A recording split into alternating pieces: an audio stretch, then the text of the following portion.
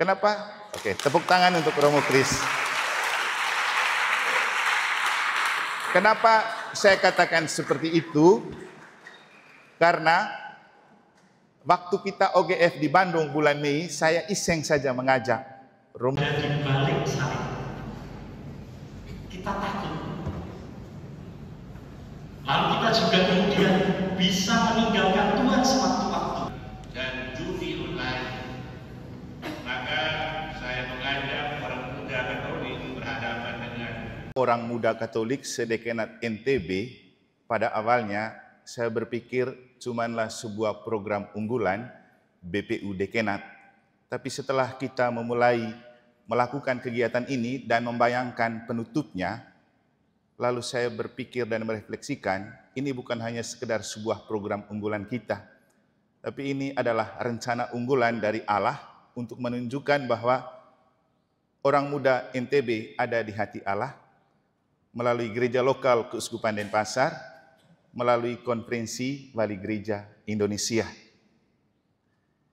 Yang saya muliakan Bapak Uskup Denpasar, Monsinyur Dr. Sylvester San, Romo Fikjen Keuskupan Denpasar, Romo Herman Yosef Bebi, Romo Sekretaris Keuskupan Denpasar, Romo Agus, Romo Sekretaris Eksekutif Komisi Kepemudaan KWI, Kristiadi,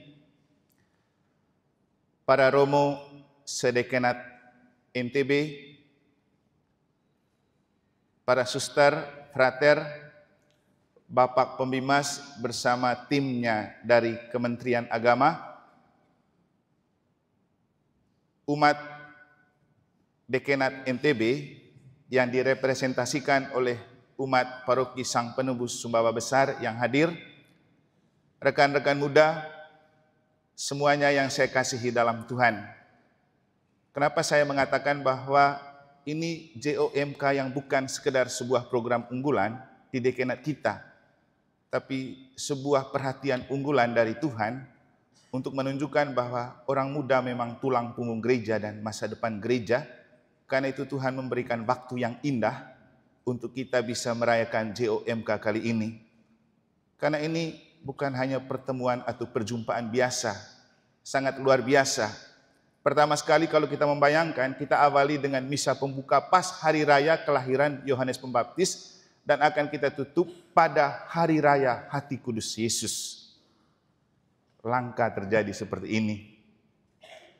Dan Bapak Uskup sudah memberikan pesan melalui khotbah tentang apa artinya Yohanes Pembaptis menjadi inspirator untuk kita hidup sebagai orang Katolik muda. Kemudian pertemuan ini juga disepuh dengan kerahiman ilahi yang memang tanpa kita pernah pikirkan dan duga sebelumnya, justru kelompok kategori pertama yang menikmati gereja Sang Penebus Sumbawa setelah disucikan melalui pembukaan pintu Yubelium oleh Bapak Uskup kemarin, kalian yang menikmati pertama. Kenapa tidak sebelumnya dan kenapa tidak setelah ini? Nah, itulah rahasia Tuhan, cara Tuhan memberikan bahwa orang muda itu sangat indah di mata Tuhan, karena itulah Dia berikan waktu yang indah untuk kita pada kesempatan ini.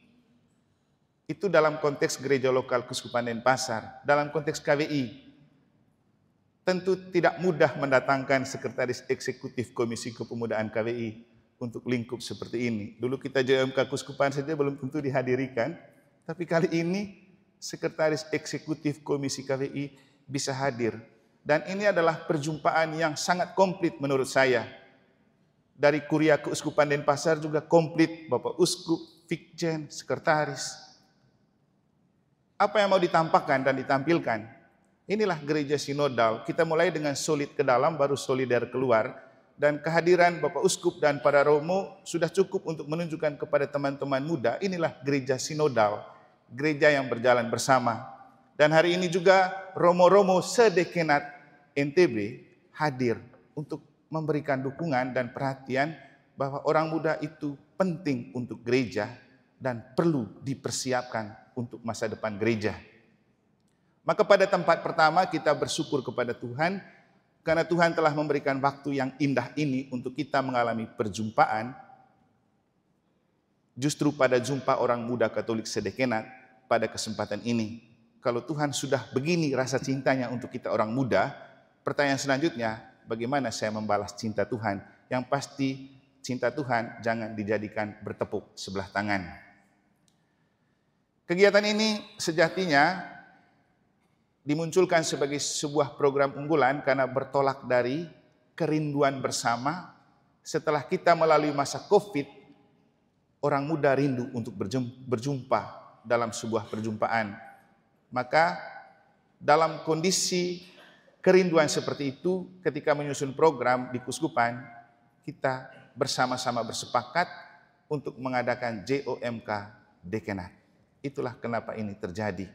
Waktu itu kita merencanakan dalam sinergisitas dengan Bimas Katolik, maka ada pembimas juga hadir. Karena efisiensi, maka kita kena korbannya, tidak jadi dapat jatah dari pemerintah, tapi mereka tetap hadir untuk mengatakan bahwa kalau keran efisiensi itu nanti dibuka, jatah untuk OMK tetap ada ya Pak Gordia. Makanya mereka datang. Kita undang mereka. Karena ini kan kegiatan berkelanjutan, bukan hanya kali ini. Kita masih punya waktu dan kita melihat bahwa efisiensi ini sudah mulai agak kendor. Sehingga ke depan kemungkinan kalau masih ada peluang, Pak Pembimas perhatikan pembinaan lanjut untuk orang muda di dekenat kita. Terima kasih karena sudah hadir bersama kami untuk kita konsisten dan komitmen karena ini adalah program kita bersama. Kemudian program ini juga merupakan jawaban dari amanah Sinode 5 untuk memberikan perhatian pada orang muda. Sehingga apa yang kita lakukan hari ini adalah jawaban versi orang muda untuk ikut mendukung dan mensukseskan hasil Sinode 5 Keuskupan Denpasar beberapa tahun lalu. Maka tema yang membingkai kegiatan kita itu dibingkai oleh tema tahun pastoral Keuskupan Denpasar tahun ini, juga tema tahun jubileum, yaitu bangkit dan bergerak bersama mewujudkan gereja sinodal yang militan melalui katekese kontekstual, juga pesiarahan harapan yang kata kuncinya adalah spes in Christo non confundit. Harapan dalam Kristus, tidak ada yang mengecewakan.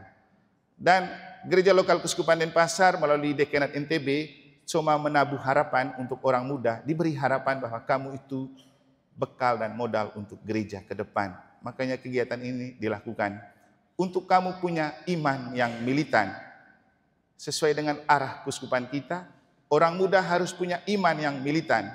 Nah, persoalannya ketika kita melihat konteks, orang muda kita hidup di zaman stroberi atau generasi stroberi, yang dalam kata pembuka tadi kita dengar, ciri generasi stroberi adalah menarik dipandang, tapi lemah lesu jiwanya, gampang rapuh, sedikit diterpa, langsung down. Baru pacaran, diputus, langsung hidup itu seperti tidak ada gunanya lagi. Nah, ini kanak-kanak jiwa yang rapuh. Apalagi ada yang kalau putus pernah berdoa minta sambung lagi, pasti tidak. Kenapa? Imannya rapuh. Padahal kalau dari segi iman, malaikat Rafael itu diberikan khusus sebagai pelindung orang berpacaran dan pencari jodoh. Ingat itu Karolnya, ada malaikat Rafael. Jadi kita perlu punya iman yang tangguh karena kita hidup di generasi yang rapuh oleh karena mental kita yang casing oke, mesin parah. Penampilan mantap, tapi jiwa gampang rapuh. Maka kegiatan ini dibingkai dalam harapan bahwa kamu harus punya iman yang tangguh dan militan, supaya tetap eksis dan kuat, hidup sebagai orang muda Katolik di tengah zaman generasi stroberi. Maka ikuti semua tema dan proses untuk Anda difermak dan diformat menjadi orang muda Katolik yang militan. Militan dalam karakter kepribadian, militan dalam iman, supaya pantas menjadi saksi di tengah dunia.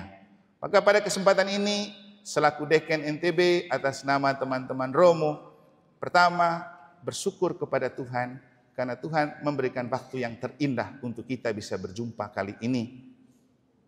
Yang kedua, terima kasih kepada Yang Mulia Bapak Uskup yang mendukung kegiatan kita, juga hadir untuk membingkai kegiatan kita ini dan telah membuka pintu kerahiman Allah untuk membuka kegiatan kita pada kesempatan ini.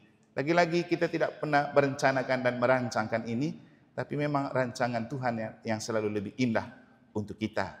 Terima kasih juga kepada Romo Baby selaku Fikjen, juga Romo Agus selaku sekretaris.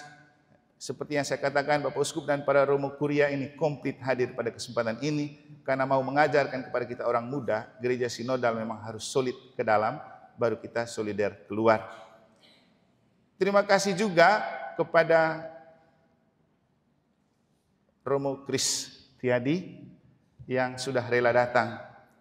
Sebenarnya Romo Kris ini kalau meminjam istilahnya Menteri Dalam Negeri, Pak Tito, waktu dia datang ke NTB, hadiri Musrembang, dia bilang satu-satunya provinsi yang saya hadiri untuk Musrembang itu cuma NTB. Yang lain kalau tidak pakai Zoom, saya utus orang. Kenapa saya datang? Karena punya relasi personal dengan gubernur dan wakil. Saya juga merasa bahwa relasi personal sebagai pengurus Unindo membuat Romo Kris bisa datang ke Sumbawa pada hari ini. Kenapa? Oke, tepuk tangan untuk Romo Kris. Kenapa saya katakan seperti itu? Karena waktu kita OGF di Bandung bulan Mei, saya iseng saja mengajak Romo, kami mau JOMK Dekenat di NTB, sekaligus biar tahu NTB dan menyapa orang muda di sana. Romo bisa hadirkah? Dia lihat, wih, penuh saya punya jadwal nih Romo Eman. Saya tahu kalau sekretaris eksekutif Komisi KWI itu memang padat jadwalnya, susah untuk datang ke daerah terpencil seperti kita. Tapi kemudian saya ajak dia bikin video ucapan. Harapan saya supaya dengan itu beliau merasa terikat begitu. Lalu terjadilah video ucapan untuk beliau mendukung kegiatan ini. Nah, ketika beberapa minggu lalu saya ikut OGF di Sumba, lagi minta dari iseng ke intens. Lebih intens lagi saya tanya, setelah Mary bilang, Romo Kris tanya, pastikan kegiatan. Lalu saya chat beliau, Romo, jangan lupa ya datang. Lalu dia cek jadwalnya dan cek tiketnya. Dia bilang, mau Iman, mahal juga ke sana ya. Saya bilang, ya Romo nanti kita atur transportnya Romo lah sama panitia. Yang penting begini Mo, uang itu bisa dicari, tapi peluang itu susah dicari. Susah mendapat kesempatan bisa menyapa langsung teman-teman muda di Dekenat NTB, kecuali dengan perjumpaan kali ini. Rasanya beliau tersentuh betul dengan kata-kata itu. Lalu kemudian dalam waktu beberapa saat dia bilang, oke Romo Iman, nanti saya berangkat, tapi kita bagi-bagi ya, biar adil. Nanti keberangkatan saya akan diatur oleh Komisi Kepemudaan KWI, tapi pulangnya oleh panitia. Akhirnya beliau bisa datang karena kerjasama Komisi Kepemudaan KWI dan panitia setempat untuk bisa berjumpa dengan beliau pada kesempatan ini. Dan kehadiran Romo Kris bagi kita adalah sebuah bukti dari, kalau saya boleh meminjam khotbahnya Bapak Uskup waktu hari Minggu, Hari Raya Tritunggal di Mataram, sekaligus pembukaan pintu jubileum, kata-kata menarik dari beliau adalah bacaan kedua dari bacaan hari itu. Spes in Christo non confundit. Harapan dalam Kristus tidak mengecewakan. Kristus di sini, Kristus kedua, Kristiadi. Harapan kita akan kehadiran Romo Kristiadi tidak mengecewakan dan beliau sekarang sudah berada bersama kita. Jadi sekali lagi terima kasih Romo Kris, tetaplah bawa orang muda Dekenat NTB di hati Romo, dan tetaplah mendoakan untuk mereka menjadi generasi yang militan dalam iman walaupun dibalut dengan generasi stroberi. Terima kasih juga saya ucapkan kepada para Romo se-Dekenat NTB untuk perhatian, juga support untuk anak-anak kita ini. Selain mengirimkan peserta, juga mengirimkan dana dan mendatangkan dirinya sebagai bentuk dukungan bahwa para Romo sesuai dengan amanat Bapak Uskup akan selalu mendukung orang muda untuk bangkit dan bergerak bersama mewujudkan gereja sinodal melalui persekutuan, partisipasi, misi. Terima kasih juga kepada para suster, frater yang telah datang untuk mendukung orang muda kita. Terima kasih juga kepada segenap umat Dekenat NTB dengan caranya Selain mendoakan, memberikan anaknya, juga ada yang menjadi donatur untuk membantu kelancaran kegiatan kita ini. Terima kasih kepada Pak Pembimas dan kawan-kawan dari Kemenak telah hadir bersama kami dan tetaplah bersinergis untuk membangun orang muda kita yang 100% Katolik, 100% Indonesia. Dan akhirnya terima kasih kepada panitia, Romo Danang dan kawan-kawan, serta panitia setempat di Paroki Sang Penebus Sumbawa Besar, khususnya juga kepada pastor paroki dan pastor rekan, frater dan suster yang telah menerima orang muda sedekenat NTB boleh menikmati sukacita bersama dalam beberapa hari ke depan. Dan terakhir, terima kasih kepada rekan-rekan muda dari Mataram. Bukan nepotisme, kan bicara sebagai deken. Memang mereka diminta untuk memilih lagu yang menunjukkan orang muda itu selain berjuang untuk militan, juga kontekstual. Maka lagu-lagunya mulai dari bertaraf lokal, nasional, sampai internasional. Dengan ini juga kami mengajak semua orang muda di Dekenat NTB untuk bersama-sama berpartisipasi dalam mewujudkan gereja sinodal melalui tema pastoral tahun ini, bangkit dan bergerak bersama, mewujudkan gereja sinodal yang militan dengan katekese kontekstual, juga dalam bentuk keterlibatan KOR dengan memilih lagu yang bertaraf budaya seperti tadi. Akhirnya, maaf untuk hal yang tidak berkenan. Terima kasih untuk kesetiaan kita. Teruslah berjalan bersama sampai kita mengakhiri acara dan kegiatan JOMK ini pada Hari Raya Hati Kudus Yesus, hari Jumat. Sekian dan terima kasih.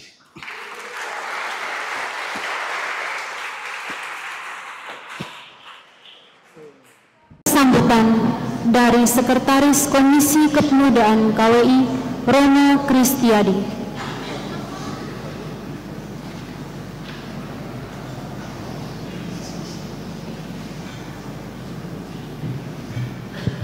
Teman-teman muda yang saya kasihi, Bapak Uskup dan para Romo Kuria, serta para Romo, teman-teman yang terkasih, suster, frater, dan saudari-saudara juga dari Pembimas Katolik yang pada sore hari ini hadir. Selamat sore.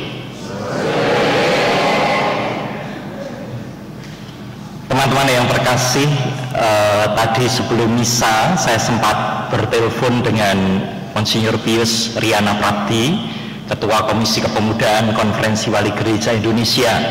Beliau menitipkan salam untuk Bapak Uskup, para Romo, dan lebih-lebih untuk teman-teman muda semua yang sore ini sampai tanggal 27 nanti berkumpul berjumpa dalam Jumpa OMK Sedekenat NTB. Selamat berjumpa, kata beliau. Yang kedua, memaknai kata jumpa. Tadi saya duduk di sana itu, teman-teman pasti tadi lihat ya, saya di sebelah Bapak Uskup, tetapi saya tidak mau bilang soal di sebelah Bapak Uskupnya, tetapi saya duduk persis di belakang salib ini. Ya, jadi saya tidak melihat wajah Yesus, saya duduk di belakang salib. Perjumpaan itu tidak pernah di belakang. Berjumpa itu selalu wajah ketemu wajah, kisah bertemu kisah. Seringkali kita merasa takut dan kemudian merasa insecure, minder, belum nembak sudah takut ditolak duluan. Belum nembak padahal ya, sudah takut ditolak duluan. Jadi bersembunyi karena kita tahu oh Tuhan pasti akan melindungi, Tuhan pasti akan menjaga kita. Lalu kita terus-menerus berada di balik tubuh Tuhan, berada di balik salib. Kita takut. Lalu kita juga kemudian bisa meninggalkan Tuhan sewaktu-waktu karena Tuhan tidak melihat kita. Kita berada di belakangnya. Tetapi perjumpaan membutuhkan keberanian. Dan kata berani disebut lebih dari 3 kali dalam homili Bapak Uskup pada hari ini. Itu artinya kata berani penting. Kita semua diundang untuk berani menatap wajah Yesus. Yesus yang mengasihi kita dengan cara yang luar biasa. Dan kamu 3 hari ke depan akan saling memandang wajah temanmu. Dan kamu merasakan bagaimana Tuhan berkarya lewat mereka di dalam perjumpaan ini. Syukur-syukur kamu ketemu jodohmu di sini. Ya, syukur-syukur lah ya. Kalau nggak bisa dapat jodoh yang suaranya bagus, yang agak fals sedikit juga nggak apa-apa ya. Berjumpa, berani berjumpa dengan Tuhan, dengan sahabat, dengan para romo. Tetapi juga setelah ini kalian pulang, kalian berani berjumpa dengan wajah dunia yang seringkali tidak baik-baik saja. Orang bisa mengatakan kamu generasi stroberi, tetapi justru kamu harus lebih berani untuk mengatakan, sebab jika aku lemah maka aku kuat. Orang bisa mengatakan kita rapuh, tetapi kita memeluk kerapuhan kita, berdamai dengan kelemahan kita, supaya kita berani untuk mewartakan kasih Tuhan di tengah wajah dunia yang tidak baik-baik saja. Semoga teman-teman sekarang berani untuk berdiri di depan salib, tidak hanya terus-menerus di belakang salib, berdiri di depan salib untuk mewartakan Kristus di tengah dunia kita yang seringkali dipenuhi dengan krisis yang membuat kamu menjadi tidak percaya diri. Semoga kamu berani, karena kamu adalah masa kini Allah, masa kini gereja, dan masa depan Allah dan masa depan gereja. Tuhan mencintaimu lebih dari yang kau tahu. Tuhan memberkati.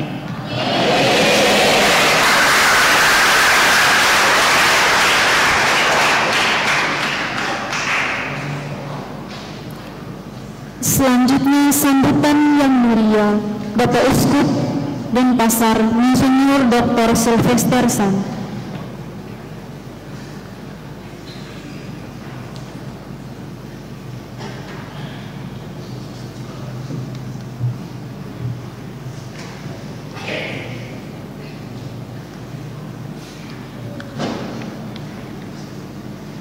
Yang saya hormati Bapak Pembimas Provinsi NTB bersama tim yang hadir, yang saya kasih Romo Fikjen, ada Romo Sekjen,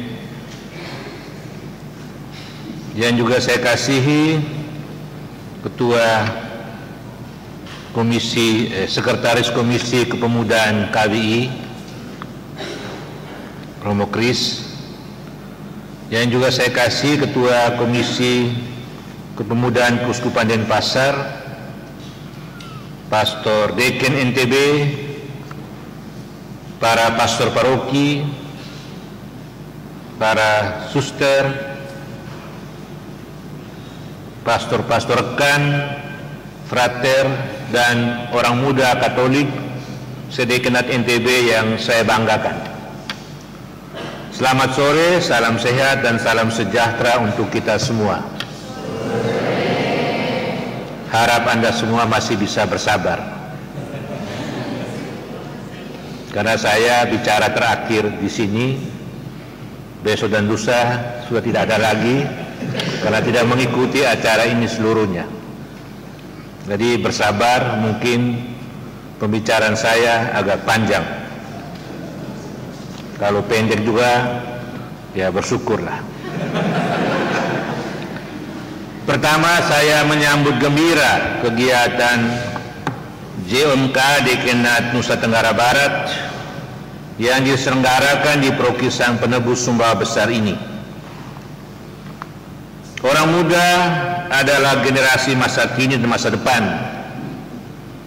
Orang muda adalah salah satu tiang gereja dan bangsa ini. Kehadiran orang muda dengan semangatnya yang menggelora menjadikan gereja dan bangsa ini lebih hidup dan berwarna. Tanpa kehadiran kalian orang muda, gereja dan bangsa ini terasa hambar. maka sadarilah bahwa keberadaan kalian sungguh menjadi kebanggaan gereja dan kebanggaan bangsa ini. Di atas pundak kalian gereja dan negara meletakkan harapan akan estafet kepemimpinan di masa mendatang. Maka sudah selayaknya kalian orang muda menyiapkan diri, membekali diri dengan berbagai ilmu pengetahuan, keterampilan, dan juga mental yang tahan banting. Sebagai orang muda Katolik, kalian juga memiliki iman yang tangguh, pribadi yang berkarakter positif, berkualitas, dan berintegritas. Ada banyak tantangan yang kalian hadapi saat ini karena situasi boleh dikatakan tidak baik-baik saja. Kita menyadari bahwa saat ini kita hidup dalam situasi modern dan di era globalisasi yang melanda segala bidang kehidupan manusia, yaitu pesatnya perkembangan teknologi yang serba canggih, termasuk teknologi komunikasi dan informasi, dan ini mempengaruhi perilaku kehidupan manusia, baik pola pikir, pola tindak, gaya hidup, dan sebagainya. Harus kita akui bahwa perkembangan teknologi, termasuk teknologi komunikasi dan informasi yang berkembang pesat, memberi berbagai kemudahan dalam kehidupan. Kita lihat bahwa gampang kita sekarang mengakses informasi dan ilmu pengetahuan dari berbagai sumber dan dari berbagai tempat, dan menciptakan sistem kerja yang efektif dan efisien. Namun harus diakui pula bahwa canggihnya teknologi komunikasi dampak negatifnya dahsyat. Memang munculnya beragam media sosial dan aplikasi online membawa dampak yang besar, positif, negatif. Dan itu tersaji luar biasa di tengah-tengah kita. Dan yang positif kita lihat memenuhi kebutuhan kita sehari-hari, dunia belanja, kuliner, tetapi juga yang membahayakan seperti pinjaman online, judi online itu menjamur, dan itu membahayakan orang-orang yang tidak tahan terhadap hal-hal demikian. Dan manusia yang demikian bisa kecanduan dan bisa membahayakan dirinya.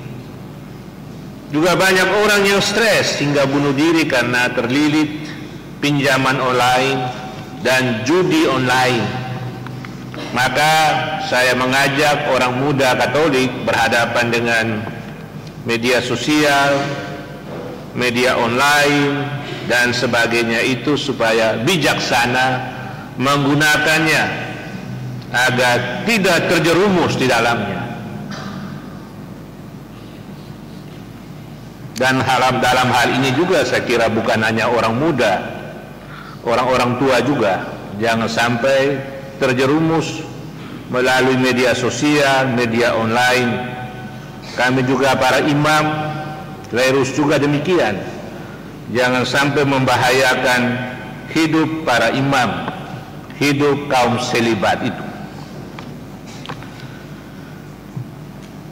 Menarik bahwa tema yang diangkat dalam Jumpa Orang Muda Katolik NTB ini membangun iman yang militan bagi generasi stroberi.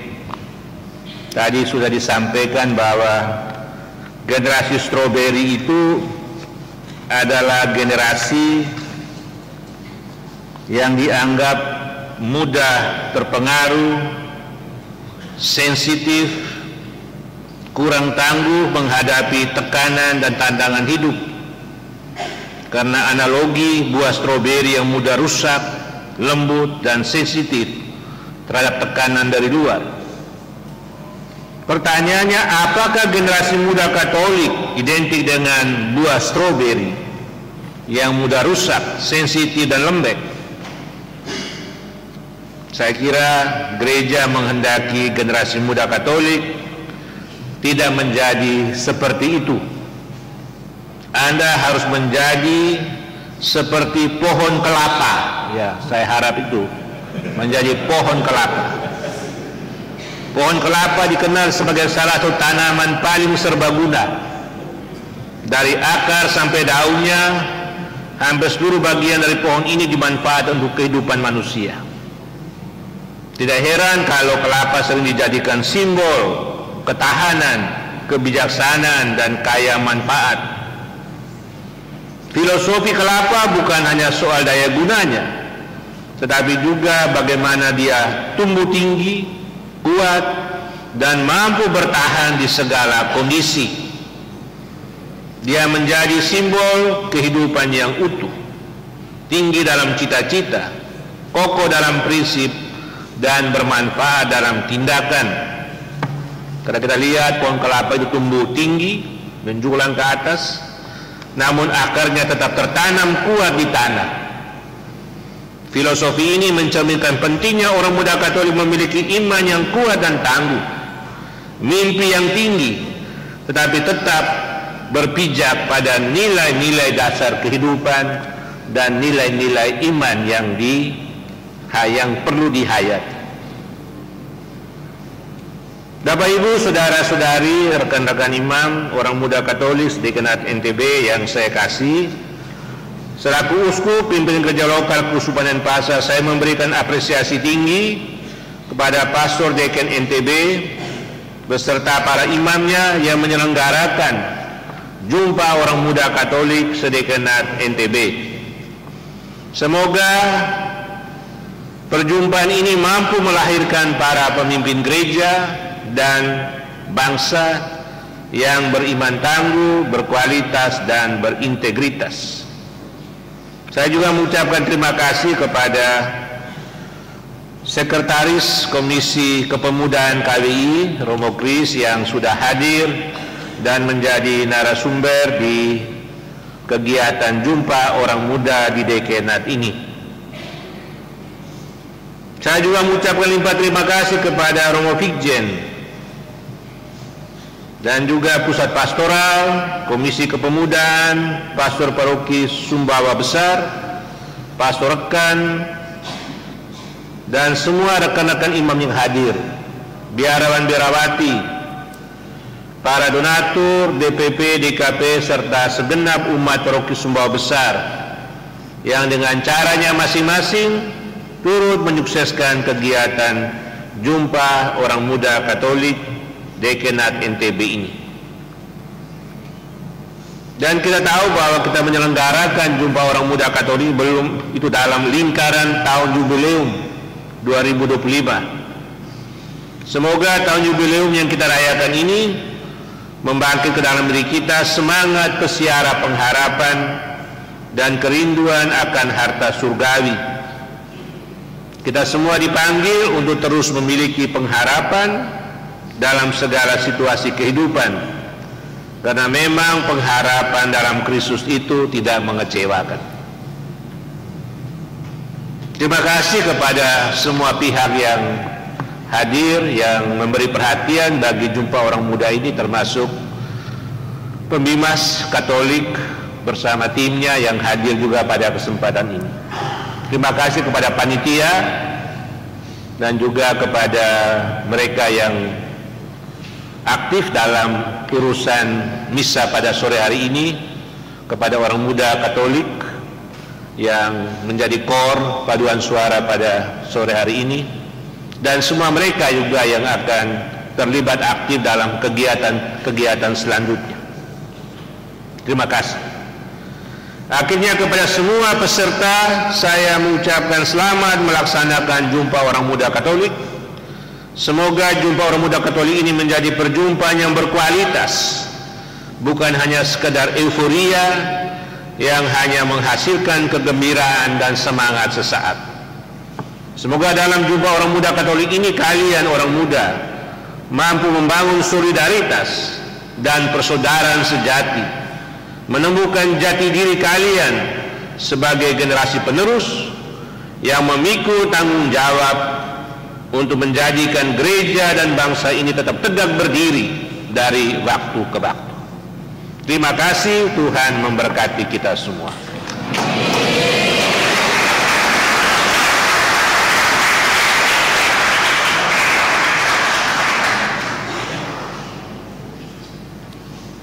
Kami mengundang Bapak Uskup Romo Mariono, Romo Danin, Romo Eman, Romo Kristiadi, dan Romo Roni, serta Bapak Kordianus Gader untuk membuka secara resmi Jumpa Orang Muda Katolik Nusa Tenggara Barat tahun 2025 dengan pemukulan gong.